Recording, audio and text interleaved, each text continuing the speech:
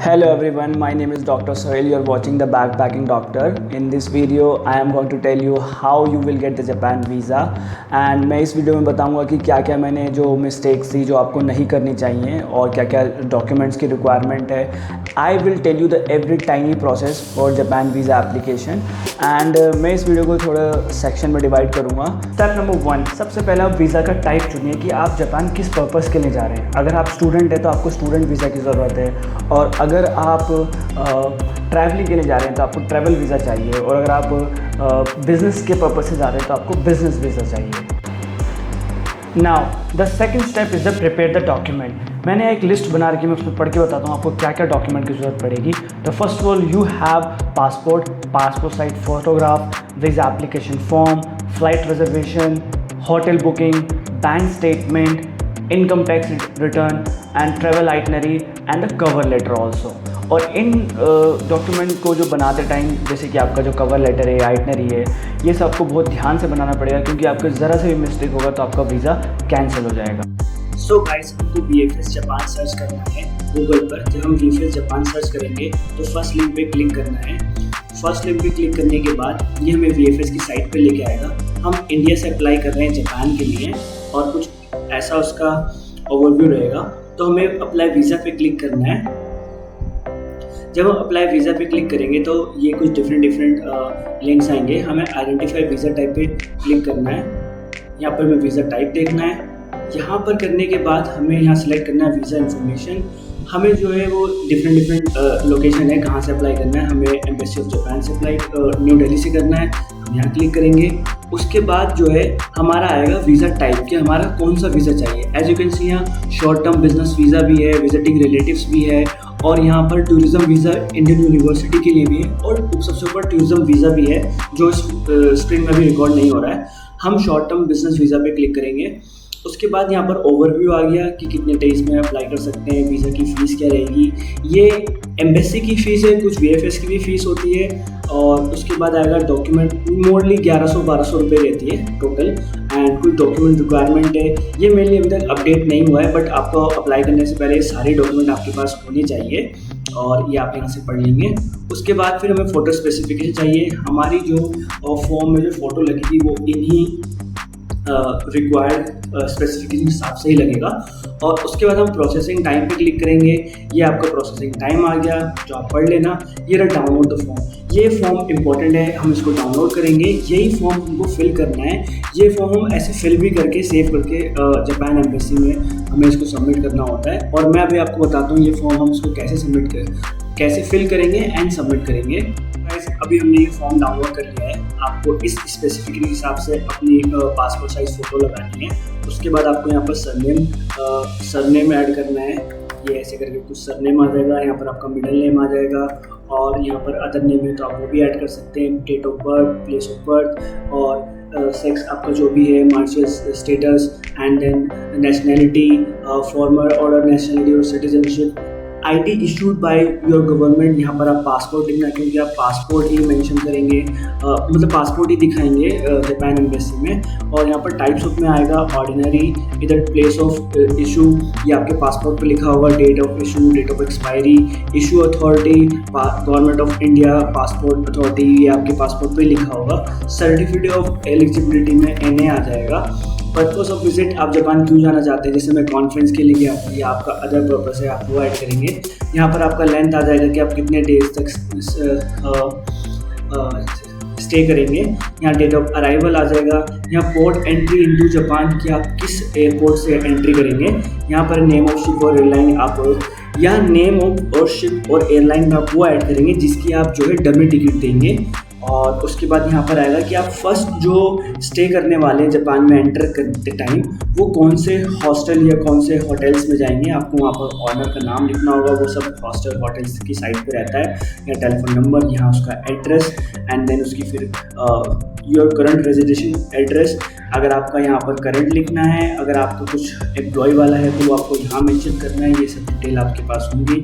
Guarantee और reference में भी आप यहाँ पर वही चीज़ लिख सकते हैं जहाँ पर आप स्टे करने वाले हैं. लेकिन यहाँ पर आप वही चीज़ लिखेंगे जो आपने अपने होटल्स वगैरह में लिखी है.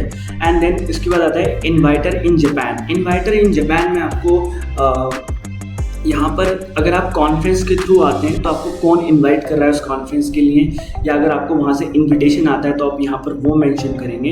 आई थिंक अगर आप टूरिज्म वाला फॉर्म भरते हैं तो उसमें ये शायद ना हो। अगर आप किसी फ्रेंड से मिलने जा रहे हैं तो मे बी यहाँ पर हो। जैसे मैंने यहाँ पर नेम लिखा था कॉन्फ्रेंस ऑर्गेनाइजर का, यहाँ पर टेलीफोन नंबर, यहाँ एड्रेस, डेट ऑफ बर्थ में मैंने छोड़ दिया था, ये भी चीज़ मैंने स्किप कर दी थी। रिलेशन मैंने लिख दिया था कि वो क्या है, एंड का प्रोफेशन वगैरह, और ये सब डिटेल आप कॉन्फ्रेंस ऑर्गेनाइजेशन से भी पूछ सकते हैं जिसके लिए वहाँ से आपको इनविटेशन आया है। सिमिलरली ये सारी चीज़ें मुझे लगता है सबकी क्रॉस ही होंगी। एक बार आप फिर भी ध्यान से पढ़ के सबमिट करिएगा, एंड देन आपको यहाँ पे अगर कुछ येस होता है तो आपको यहाँ मेंशन करना पड़ेगा, और देन उसके बाद यहाँ पर आपको डेट लिखना है। यहाँ पर आपको जो साइन करना है वो फिजिकल मोड में करना है पेन से, और सिर्फ सिग्नेचर वही करने हैं जो आपने अपने पासपोर्ट पे करे होंगे। This is the another most important document, cover letter, जहाँ पर आप अपना मेंशन करेंगे कि आप जापान क्यों जा रहे हैं और क्या पर्पस है आपका जापान जाने का, और आप कैसे कैसे आप इसमें आपको कन्विंस करना है कि आप एक अच्छे इंसान हैं, आपके पास सारी वैलिड डॉक्यूमेंट है और आप अपना ट्रिप कंप्लीट करके वापस भी आ जाएंगे।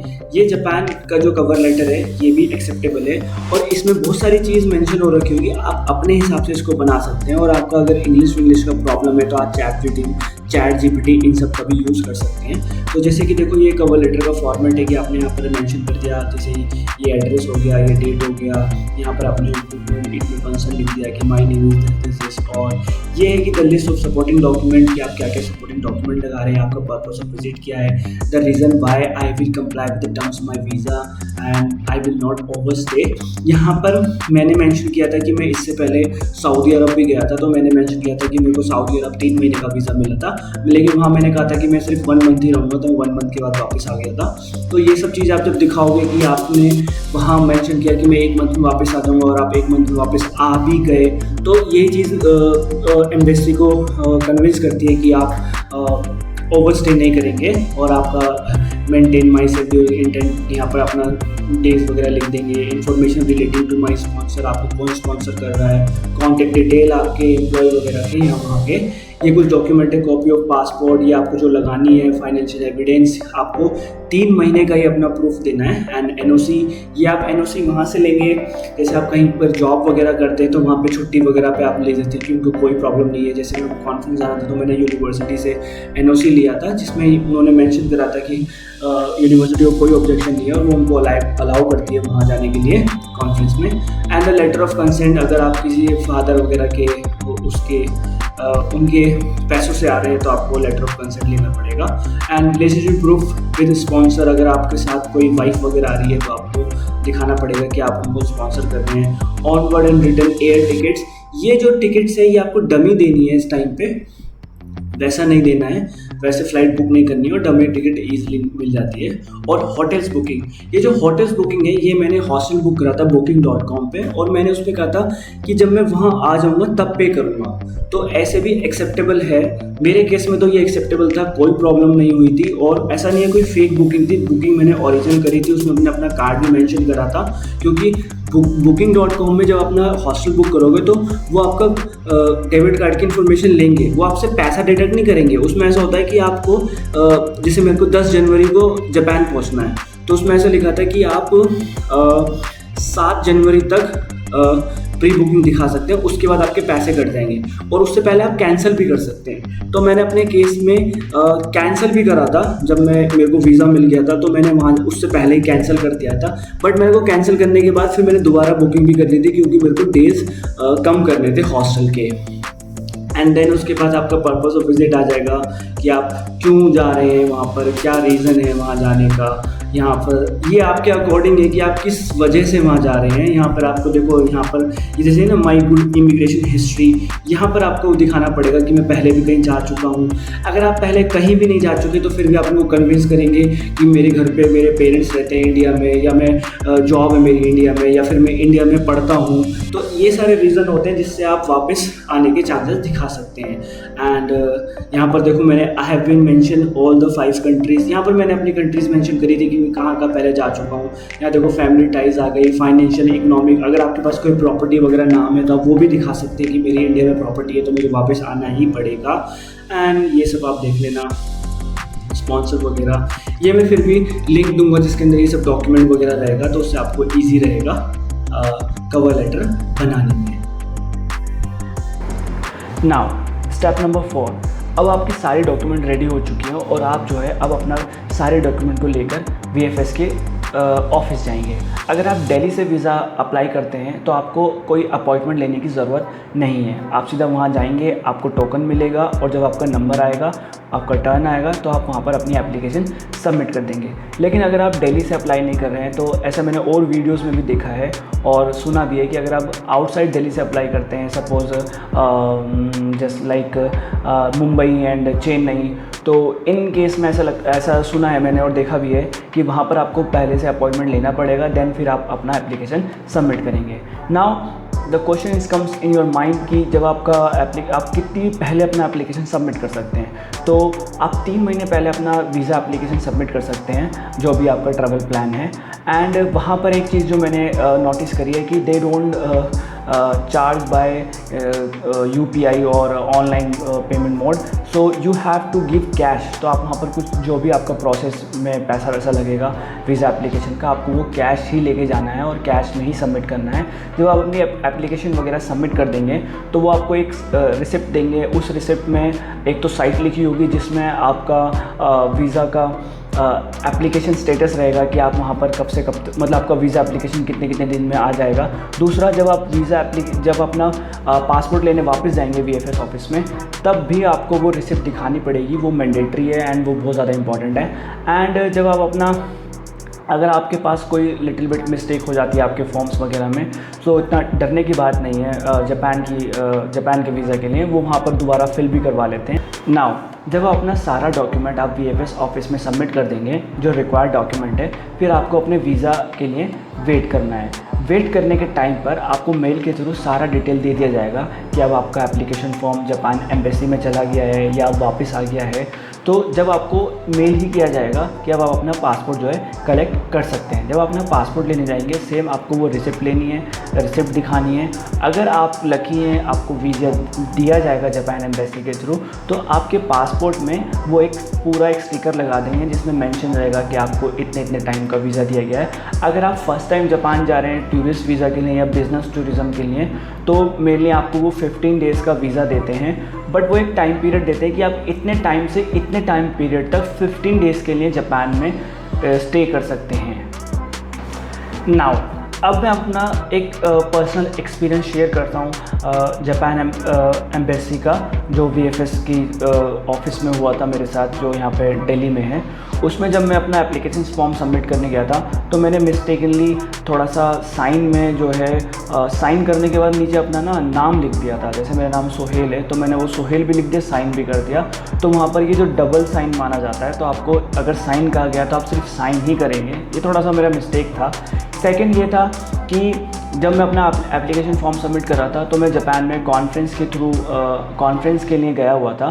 तो कॉन्फ्रेंस में क्या होता है कि आपको एक रजिस्ट्रेशन फ़ी पे करनी होती है, बट आप वो रजिस्ट्रेशन फ़ी अगर आप पे कर देते हैं और अगर आपको जापान का वीज़ा नहीं मिलता है तो वो रिफ़ंड होने में थोड़ा सा प्रॉब्लम हो जाता है। तो मैंने वहाँ पर कहा कि ये चीज़ उन्होंने भी कही थी, वहाँ के जो ऑफिसर थे जो वहाँ पर ऑफिस में बैठे हुए थे, वो कहने लगे कि आप सही कह रहे हैं कि अगर आप रजिस्ट्रेशन फ़ी सबमिट कर देंगे और आपका वीज़ा नहीं मिला तो आपका वो पैसा ख़राब हो जाएगा। तो उस टाइम उन्होंने मुझसे एक एप्लीकेशन लिखवाई थी जिसमें मैंने एप्लीकेशन मेंशन किया था कि मैं ऐसे ऐसे जापान जा रहा हूँ कॉन्फ्रेंस के लिए, और अगर मेरे को जापान का वीज़ा मिलता है तो मैं कॉन्फ्रेंस की फ़ी सबमिट कर दूँगा। और तो मैंने ये एप्लीकेशन लिखी थी और ये चीज़ जापान एम्बेसी ने एक्सेप्ट भी करी थी, और मेरे को फिर जब वीज़ा मिल गया तो मैंने कॉन्फ्रेंस भी सबमिट कर दी थी। एंड थर्ड वन इज़ जैसे मैं जापान जा रहा था तो मैंने अपने आइटनरी में अपने फ्रेंड का नाम मेंशन करा था कि मैं कुछ डेज़ उसके यहाँ रहूँगा।